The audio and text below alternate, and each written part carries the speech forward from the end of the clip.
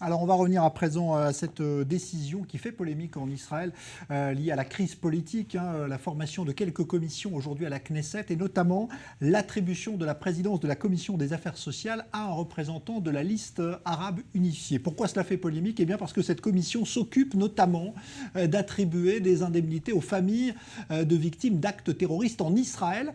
C'est donc une décision qui passe très mal, notamment à droite. On va en parler avec nos deux invités, notamment Oren Orbitoun, bonsoir. Vous êtes ancien commandant d'une unité d'infiltration de la police israélienne et vous étiez candidat sur la liste bleu-blanc derrière l'un des chefs de file qui est Bogi Ya'alon, ancien ministre de Netanyahou qui a rejoint Benny Gantz depuis et vous avez décidé de quitter, vous nous direz pourquoi dans un instant, désormais ce mouvement. Avec vous également Herzl Adjedj, bonsoir.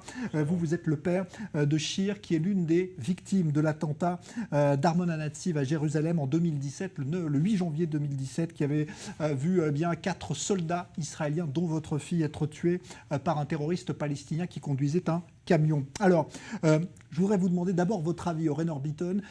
Oren Orbitoun, cette décision que vous avez prise aujourd'hui de quitter, elle est liée précisément au fait que la liste arabe prenne des responsabilités importantes à la Knesset? Bonsoir à tous.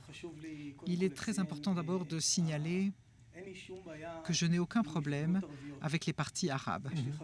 J'ai des amis arabes.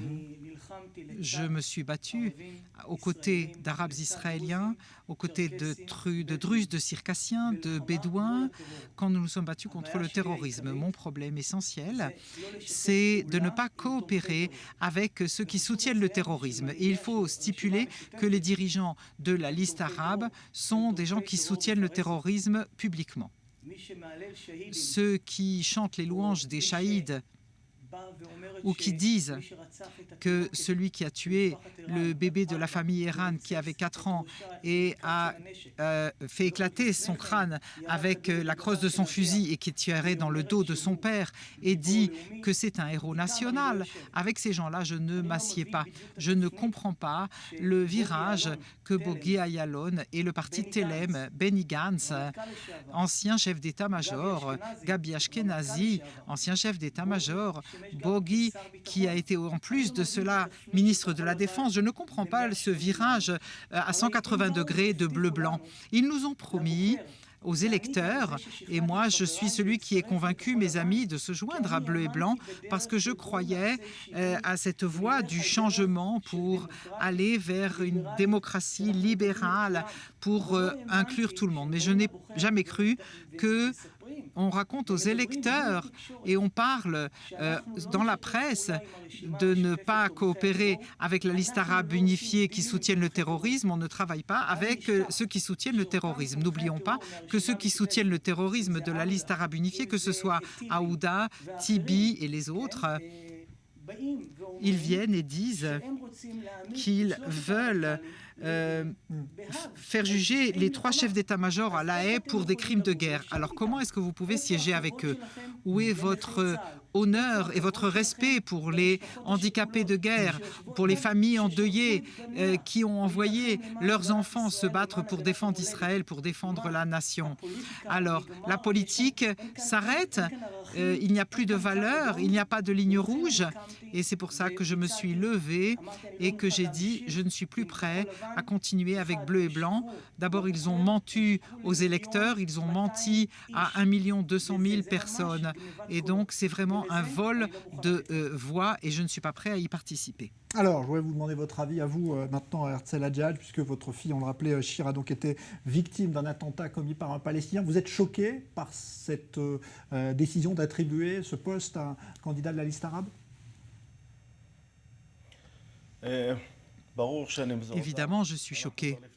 Il y a déjà 2 semaines, notre forum des familles endeuillées et victimes du terrorisme, nous avons lancé un combat contre l'inclusion, quelle qu'elle soit, de la liste arabe unifiée et que bleu et blanc, 3 chefs d'état-major, 2 anciens ministres de la Défense, pour se baser sur cette liste arabe unifiée, pour créer un gouvernement. C'est insoutenable. Ce sont des gens qui soutiennent le terrorisme, comme l'a dit Biton.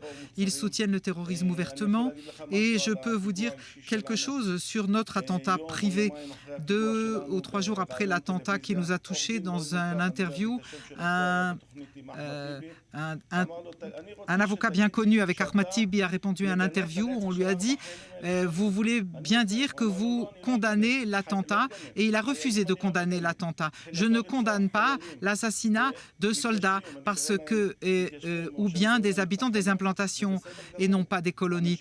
C'est parfaitement clair. Ces gens-là ne peuvent pas siéger au gouvernement. Ils ne peuvent pas siéger dans des commissions qui, demain ou après-demain, et peu me choque qu'ils doivent nous donner de l'argent. Vous avez parlé d'argent, c'est pas ça qui nous intéresse. Nous n'avons pas besoin de lui pour ça. Mais dans ces commissions, on peut donner des droits aux terroristes israéliens et enlever toutes sortes de limitations qu'on a réussi à faire passer pour créer de la dissuasion, pour empêcher d'autres attentats. Notre terroriste n'était pas palestinien. C'était un habitant de Jérusalem qui avait une carte d'identité israélienne. Il avait tout ce qu'il fallait. Et il a quand même décidé d'assassiner. Il n'a pas tué ma fille, il a tué une soldate juive israélienne au cœur de Jérusalem. C'est quelque chose qui, de mon point de vue, c'est ce que je dis aux gens. Ça aurait pu être l'enfant de n'importe quel d'entre vous, un enfant quel qu'il soit. Et ils ne le font que pour détruire ce pays et pour nous détruire. Et nous ne sommes pas prêts que de telles personnes, que le gouvernement se base sur ces personnes-là. C'est uniquement cela, notre combat. Oren Bitoun, je voudrais vous demander, est-ce que vous pensez que tout cela, c'est une manœuvre politique de bleu-blanc, ou est-ce que vous pensez que Ya'alon vous a trompé finalement et que voilà le résultat aujourd'hui de ce qu'il voulait faire peut-être ? C'est une très bonne question. Comme je l'ai dit, en politique aussi, il y a des lignes rouges. On ne peut pas jouer avec les sentiments des familles endeuillées ou me tromper, alors que moi, dans le parti, je suis à vos côtés, je siège avec vous dans des réunions de direction et vous ne dites pas la vérité. C'est quoi ce jeu-là? C'est un jeu, c'est une honte. Quelque chose comme ça est intolérable. J'ai honte de cela. Je ne suis pas prêt à y participer et je ne peux dire qu'une chose. Hier, avec mes amis handicapés de guerre de Tzahal, nous étions à Kfar Saba avec une civière et sur la civière, on a mis le drapeau d'Israël avec fierté. Je ne connais pas les drapeaux noirs, je ne connais pas les drapeaux rouges, je ne connais que le drapeau d'Israël qui est le drapeau bleu et blanc avec un Magen David et l'hymne israélien. Et nous avons ainsi protesté. Et donc, nous appelons à l'union du peuple. Nous voulons un gouvernement d'union sioniste et non pas le soutien au terrorisme ou à ceux qui soutiennent le terrorisme. Merci beaucoup pour ce témoignage, Oren Bitoun. Merci à vous, Herzl Adjadj, également d'être venu